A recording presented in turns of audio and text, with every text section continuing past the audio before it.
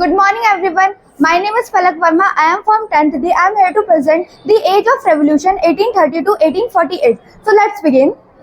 तो सबसे पहले हम देखते हैं कि सबसे पहले हमने मतलब कि आगे के टॉपिक से अगर कनेक्ट करें तो the rise of nationalism in Europe हमने देखा, फिर उसके बाद फ्रेंच रेवोल्यूशन हुआ, फिर उसके बाद नेपोलियन वॉर मतलब कि नेपोलियन पावर में आया, उनने सब कुछ पावर में किया 1797 तक। फिर उसके बाद क्या हुआ, नेपोलियन का डाउनफॉल स्टार्ट हुआ और कंजर्वेटिव रिजीम ने नेपोलियन के 1815 तक हरा दिया था और मतलब कंजर्वेटिव्स पावर में आ गए। फिर 1915 से लेकर 1830 तक कंजर्वेटिव्स पावर में रहे, कंजर्वेटिव रिजीम रहा। फिर उसके बाद जब एक बार रेवोल्यूशन हो चुका था फ्रेंच में, तो फिर अभी लोगों में अभी तक लिबरल नेशनलिज्म में अभी तक फीलिंग्स थी लोगों के अंदर कि हमारा देश मतलब कि नेशनलिज्म बन सकता है, नेशनलिस्ट हो सकता है। तो अब रेवोल्यूशन दोबारा से वो लोग स्टार्ट करते हैं, जो रिवॉल्यूशनरीज होते हैं वो दोबारा से रेवोल्यूशन स्टार्ट करता है। अब हम देखेंगे 1830 से लेकर 1848 तक क्या इस टाइम पीरियड के बीच में किस किस लोगों ने रेवोल्यूशन किया, रेवोल्यूशन करने के बाद क्या क्या चेंजेस आए। तो हम सबसे पहले जो रेवोल्यूशन की शुरुआत हुई थी वो फ्रांस से हुई थी और ड्यूक मेटरनिक ने भी कहा था कि when France sneezes rest of the Europe catches cold. अब इस जो लाइन ये जो ड्यूक मेटरनिक ने कही थी, ये कुछ सोच समझ के कही थी और ये क्यों कही थी ये तो हम आगे देखेंगे। तो फिर क्या, जुलाई 1830 में क्या हुआ था, जब बर्बन किंग के पास पावर थी उस टाइम कंजर्वेटिव रिजीम ने क्या किया था, बर्बन किंग लुइस फिलिप्स के पास पावर थी उस टाइम पे। तो फिर क्या हुआ, जो रिवोल्यूशनरीज से लिबरल रेवोल्यूशनरीज उन्होंने क्या किया, जो एक कॉन्स्टिट्यूशनली मोनार्क बनाई उन्होंने, जो ये लुइस फिलिप्स था उसकी पावर को ओवरकम किया, उसकी पावर को हटा दिया और फ्रांस को एक कॉन्स्टिट्यूशनली मोनार्क बना दिया। और जो उसका जो हेड था कि मतलब कि उसको हटाया नहीं, क्या कहने लगे कि तुम किंग बने रहो, बस तुम एक कॉन्स्टिट्यूशनली मोनार्क मतलब कि तुम्हारे पास कॉन्स्टिट्यूशन होगा, बस तुम्हारे पास पावर नहीं होगी। फिर उसके बाद अब सबसे पहले फ्रांस में रेवोल्यूशन आया, तो जो कंट्रीज थी उन्होंने देखा कि जब यहाँ पे रेवोल्यूशन आ सकता है तो हम क्यों नहीं रेवोल्यूशन लाए।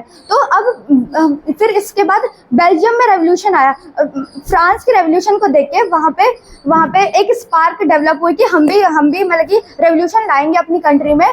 तो उस टाइम पे क्या था ना, फ्रांस जब ट्रीटी ऑफ वियना जब साइन की थी, जो बेल्जियम था, तो इधर जैसे कि मैप में देख सकते हैं कि यहाँ पे इस वाले फ्रांस के ऊपर वाला एरिया इतना सा, ये यहाँ पे बेल्जियम था। तो जो ट्रीटी ऑफ वियना जब साइन हुई थी तो फिर ये जो हिस्सा था ये यूके ऑफ नीदरलैंड में मिला दिया था। तो फिर यहाँ पे ब्रसाइल में वहाँ पे वो हुआ था, आउटब्रेक आया, तो उन्होंने खुद को मतलब रिवॉल्यूशन लाया और फिर खुद को अलग कर लिया यूके ऑफ नीदरलैंड से। फिर उसके बाद उसको देखते देखते ग्रीक में 1821 में ग्रीक में भी इंडिपेंडेंस के लिए वो हुई, रेवोल्यूशन स्टार्ट हुआ। तो जो ग्रीक था, ये पूरा ग्रीक था, जो ये ग्रीक है ये एक वो क्रिश्चियनिटी वो है, ये एक देश है। तो फिर ये ना यहाँ पे जितना भी ये ना ओटोमन, उस टाइम पे ये ओटोमन एम्पायर के टाइम पीरियड में था। तो ये जो जितना भी ग्रीन एरिया है ये सब पूरा ये ओटोमन एम्पायर है। और ये जो रेड में ये तो छोटा सा है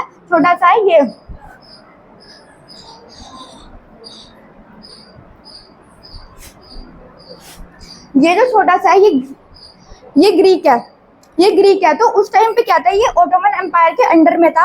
और यहाँ से तो जो ग्रीस था वहाँ पे मतलब कि वो उसको मदरलैंड कहते हैं, क्योंकि वहाँ पे क्योंकि वहाँ से ही सबकी कल्चर वगैरह, ग्रीस कल्चर वहीं से डेवलप हुआ था।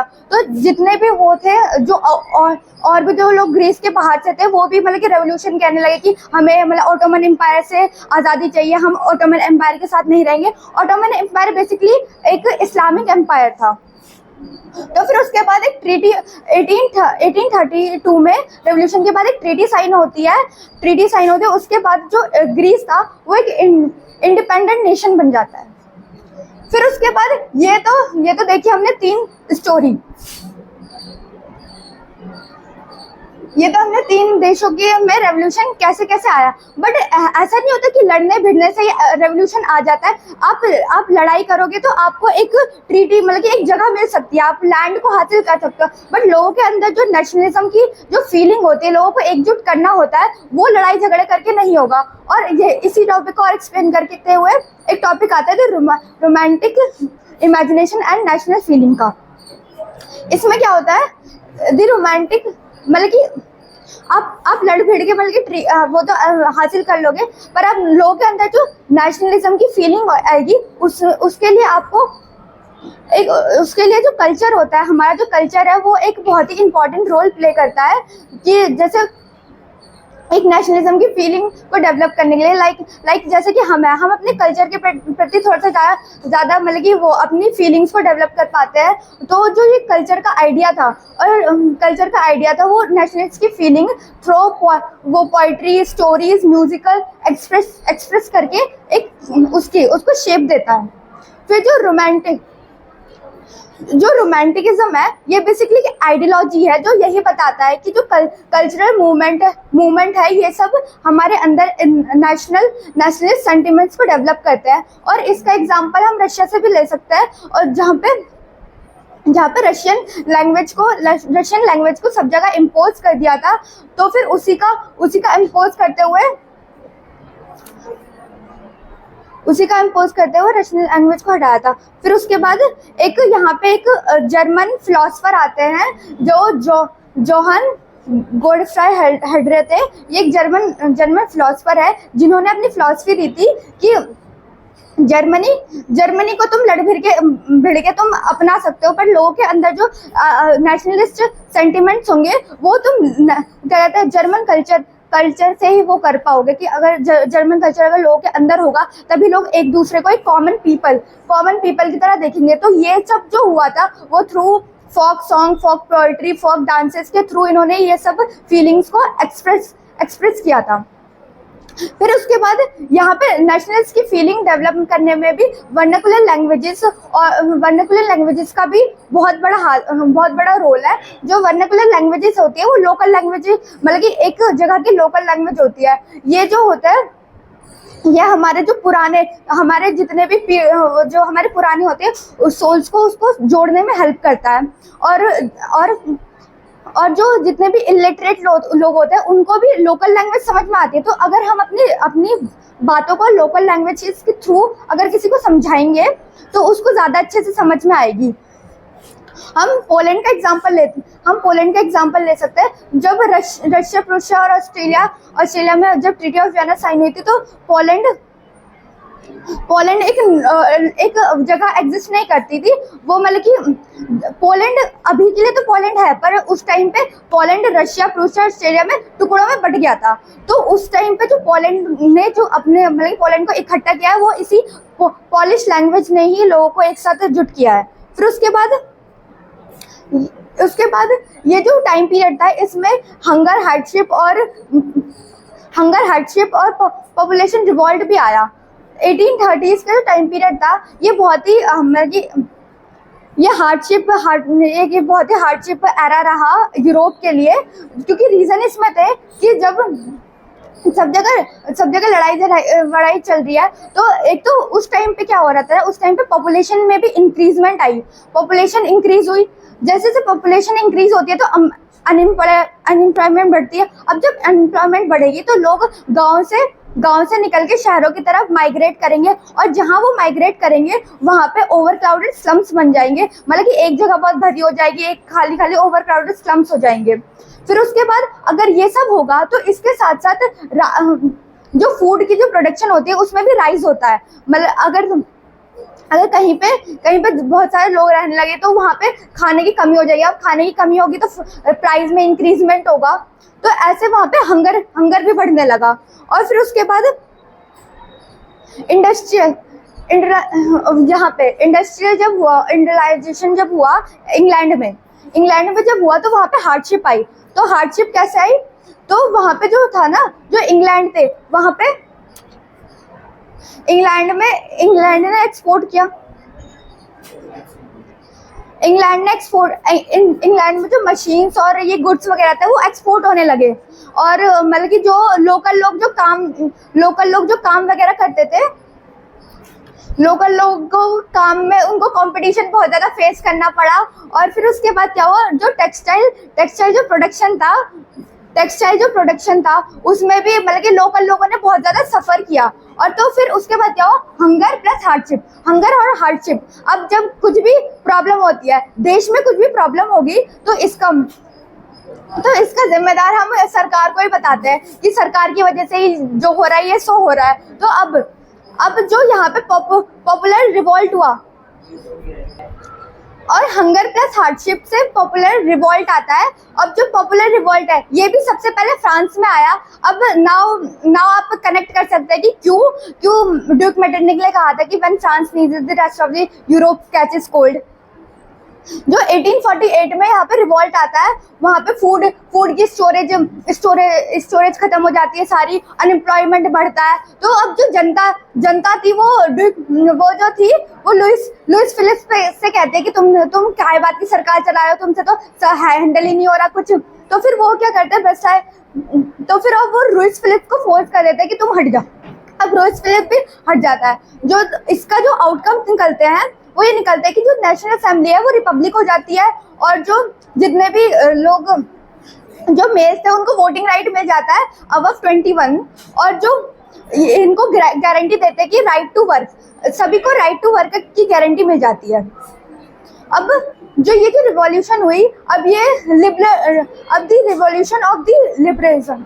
अब जो लिबरल्स थे उन्होंने भी रिवॉल्ट करना स्टार्ट किया। अब जब सबने देखा कि फ्रांस से दोबारा से रेवोल्यूशन किया और वो पूरी तरीके से पब्लिक बन गए, फ्रांस ने रिवॉल्यूशन किया और पूरी तरीके से पब्लिक बन गए, तो फिर उन्होंने मतलब कि लोगों ने सोचा कि हम भी क्यों ना रिवॉल्ट करके अपने जो देश है उसको पूरी तरीके से पब्लिक कर दे। जो रिवॉल्यूशन हुआ वो मैन और वुमेन ने साथ मिलकर फ्रीडम के लिए फाइट करी।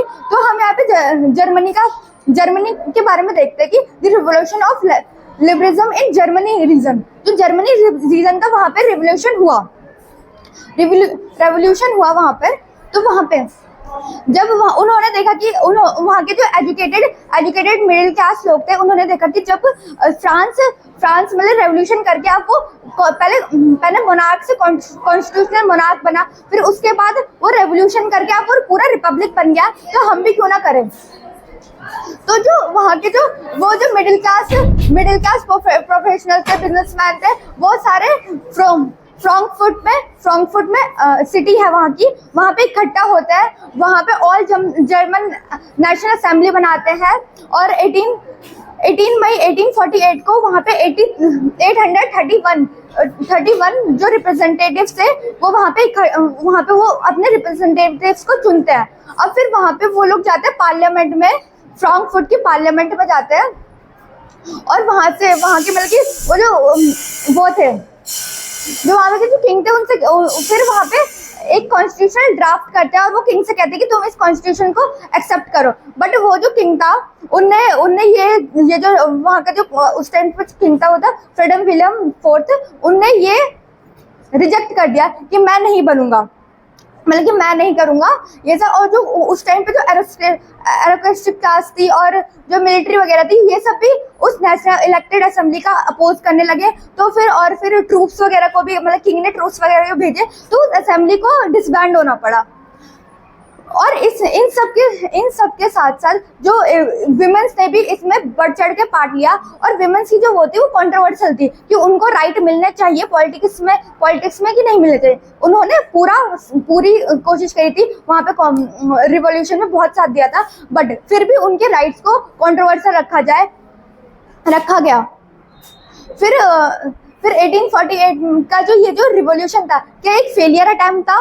तो शॉर्ट टर्म के लिए देखे तो ये, हाँ शॉर्ट टर्म के लिए तो ये फेल्ड था, बट लॉन्ग टर्म के लिए देखे तो लॉन्ग टर्म के लिए ये काफी अच्छा था। जब वहाँ जर्मनी ने देख लिया कि वहाँ पे मतलब कि ये रिवॉल्ट दोबारा हो सकता है, तो उन्होंने ये जो वहाँ पे जो हर्ट्सबर्ग और रशिया थे वहाँ पे फ्रीडम्स और ये जो बॉन्डेड लेबर्स वगैरह था उसको सबडम कर दिया। और बेसिकली ये लॉन्ग टर्म के लिए काफी अच्छा, ये जो उनका अटेम्प्ट था ये फेल नहीं गया।